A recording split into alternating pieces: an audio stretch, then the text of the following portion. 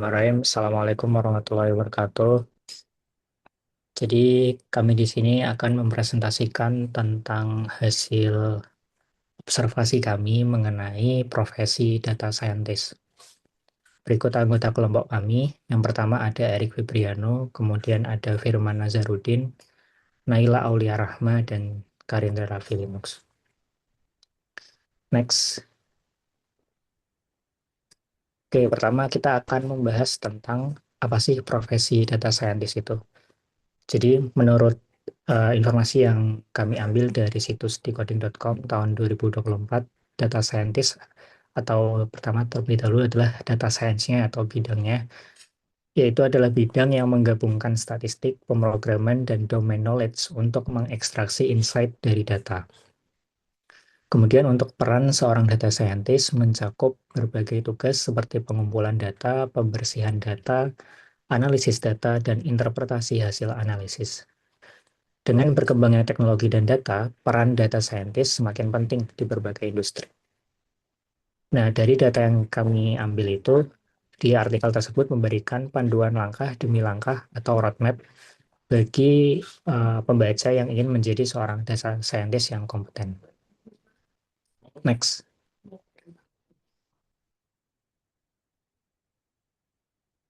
Nah, ini adalah diagram yang menggambarkan uh, lingkup pekerjaan dari seorang data scientist. Nah, bisa dilihat profesi data scientist itu juga bersinggungan dengan profesi data engineer dan juga data analis.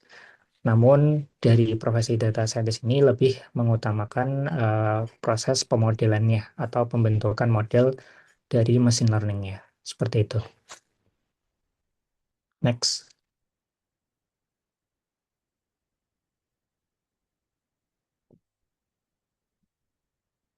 Untuk yang kedua ada skill yang harus dibutuhkan untuk data science. Untuk yang untuk ini untuk menjadi data science yang kompeten ada beberapa keahlian utama yang harus dikuasai yaitu skill pemrograman tingkat lanjut. Yang kedua ada statistika dan matematika. Yang untuk yang ketiga ada machine learning. Dan untuk yang keempat ada data modeling dan cleaning. Untuk yang kelima visualisasi dan data. Untuk yang keenam SQL dan database. Yang ketujuh tools dan teknologi.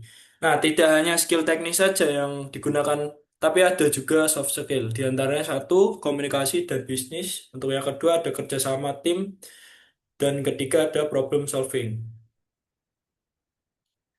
Nah, skill pemrograman tingkat lanjut. Nah, bahasa ini kan yang paling umum digunakan adalah Python, R, Ruby. Python jadi pilihan favorit karena pustaka data science-nya sangat lengkap seperti Pandas, NumPy, Scikit-learn, TensorFlow, dan Matplotlib.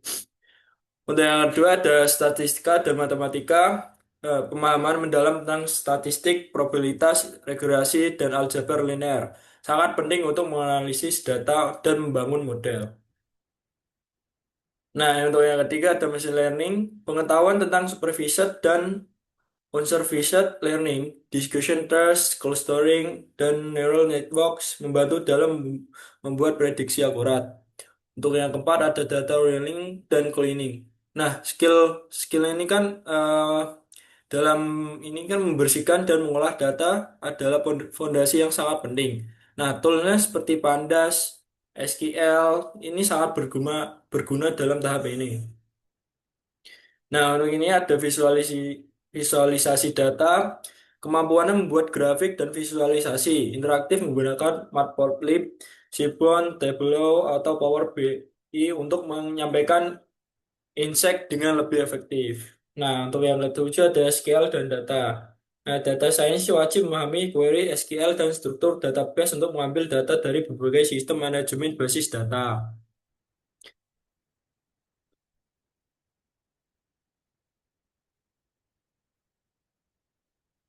Tools dan teknologi yang digunakan, nah ini dia ada beberapa tools yang populer yang digunakan oleh data science, yaitu Jupyter Notebook, Google Colab, Python. Nah, dan ini ada library-nya seperti Pandas, NumPy, Scikit-learn. Nah, untuk yang itu ada Ruby, SQL, Tableau, dan Power BL, Apache Spark, BigQuery, TensorFlow, atau Python untuk deep learning.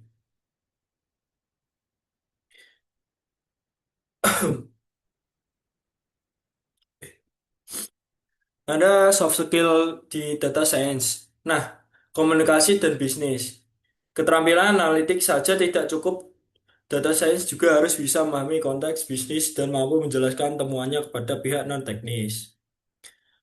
Nah, kerjasama tim. Kerjasama tim dalam data science adalah fondasi penting untuk menghasilkan analisis yang akurat, solusi yang berdampak, dan keputusan bisnis yang tepat. Di dunia data science, kolaborasi bukan sekedar berbagi tugas, tapi menyatukan perspektif, keahlian, dan tujuan. Mengapa kolaborasi itu penting? Nah, data science itu tidak bekerja sendiri. Mereka berinteraksi dengan data engineer, data analisis, dan stakeholder bisnis. Masalah kompleks butuh pendekatan multidisipliner. Satu orang mungkin ahli statistik, yang lain juga visualisasi, dan satu lagi paham konteks bisnis. Problem solving. Dalam dunia data science, problem solving bukan hanya keterampilan tambahan, ia adalah fondasi utama. Tanpa kemampuan ini, analisis data hanyalah angka tanpa arah, dan pengambilan keputusan bisa meleset dari sasaran. Maka karena itu, problem solving adalah inti dari proses analisis dan pengambilan keputusan. Oke, selanjutnya ada jenjang karir. Di sini yang pertama ada junior data scientist, di mana fokusnya ini memahami data dan juga menyajikan insight dasar. Nah, tugas utamanya itu membersihkan dan menyiapkan data untuk analisis, kemudian membantu membangun model mesin learning yang sederhana, dan juga mendukung proyek tim melalui eksplorasi data. Next.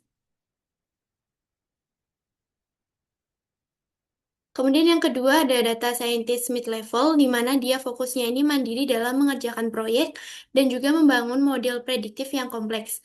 Nah, tugas utamanya ini mengembangkan model mesin learning, kemudian mengimplementasikan NLP atau computer vision, serta melakukan deployment model ke sistem produksi. Dan yang ketiga ada senior data scientist, di mana fokusnya menjadi ahli teknis, kemudian pengarah solusi dan juga mentor bagi tim. Nah, tugas utamanya ini merancang solusi AI dan ML yang berskala besar, kemudian melakukan riset metode baru, memberikan bimbingan kepada junior, serta menghubungkan analisis dengan strategi bisnis. Next. Selanjutnya ada lead data scientist atau data science manager, di mana fokusnya adalah kepemimpinan tim dan juga strategi proyek data science. Nah, tugas utamanya ini dia memimpin tim data science, kemudian menentukan arah pengembangan data science di perusahaan, serta menjembatani komunikasi dengan stakeholder. Kemudian ada juga Head of Data. Di sini fokusnya menetapkan visi besar dan strategi data-driven perusahaan. Kemudian tugas utamanya adalah mengawasi seluruh divisi data, menentukan kebijakan jangka panjang, serta berkolaborasi dengan jajaran direksi untuk pengambilan keputusan strategis. Dan selanjutnya ini gajinya untuk junior data scientist ini di Indonesia sekitar 8 sampai 15 juta per bulan. Kemudian globalnya ini sekitar 70.000 sampai 9.000 dolar per tahun atau sekitar 88 juta sampai 112 juta per bulan.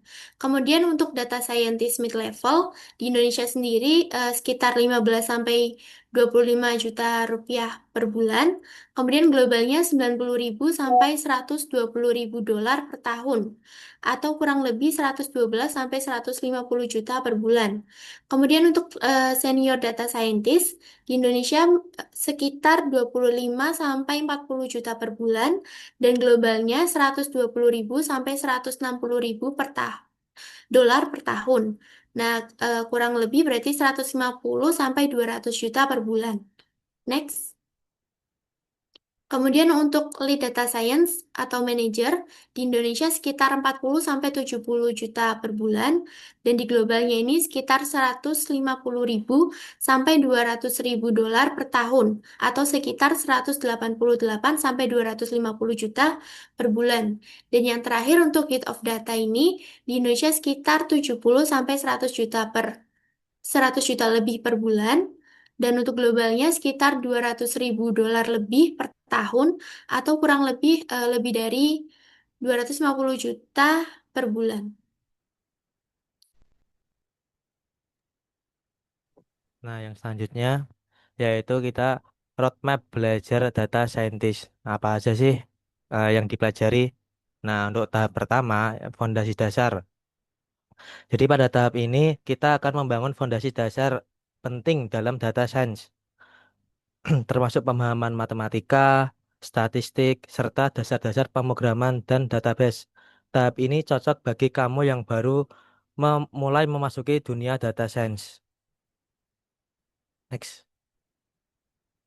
Nah, yang kedua yaitu analisis dan analisis dan visualisasi, mulai eksplorasi data dan menyampaikan insight. Nah, pada tahap ini kamu akan mulai mengeksplorasi data dan belajar bagaimana cara menyampaikan insight dengan visualisasi yang jelas.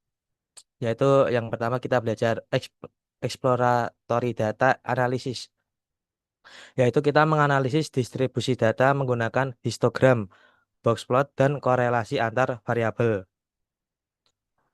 Nah, selanjutnya ada visualisasi data yang isinya ada Matplotlib 7, yaitu digunakan untuk visualisasi data dalam Python. Terus ada Tableau, Power BI. Nah, itu tools visualisasi data yang lebih interaktif dan digunakan untuk bisnis. Nah, selanjutnya ada data cleaning yang isinya ada handling missing values, outliers, dan encoding. Next. Nah, yang tahap 3 ada machine learning. Yaitu pada tahap ini kamu akan memulai membangun model prediktif menggunakan algoritma machine learning. Nah, itu isinya kita belajar supervised learning. Nah, isinya ada linear regression, yaitu teknik regresi untuk prediksi nilai kontinu. Ada decision tree, random forest.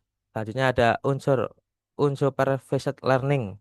Nah, itu isinya kita belajar clustering, K-means, atau dan PCA. Ada juga model evaluation, confusion matrix, road surf, dan cross validation. Next.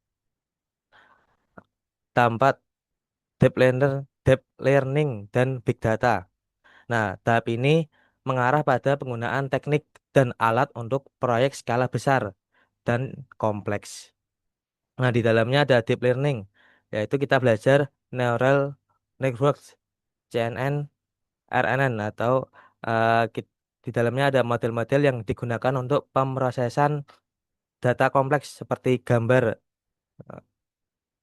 Nah, selanjutnya ada Big Data Tools. Ya, isinya ada Apache Spark, Hadoop, digunakan untuk menangani dan memproses data dalam jumlah besar.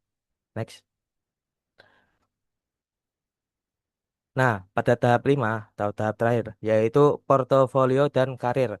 Di tahap ini, kamu akan menunjukkan kemampuanmu ke dunia melalui portofolio yang solid dan persiapan karir yang matang.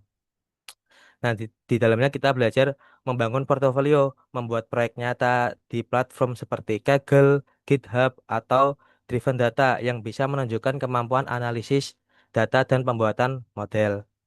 Selanjutnya kita bisa mengikuti komunitas, bergabung dengan forum, podcast, dan event terkait data data science untuk terus belajar dan networking. Nah, selanjutnya kita mempersiapkan karir. Kita membuat CV yang mencerminkan keahlian dan proyek yang sudah dikerjakan. Terus ikuti tes skill online dan praktikan wawancara data science untuk mempersiapkan diri menghadapi seleksi kerja.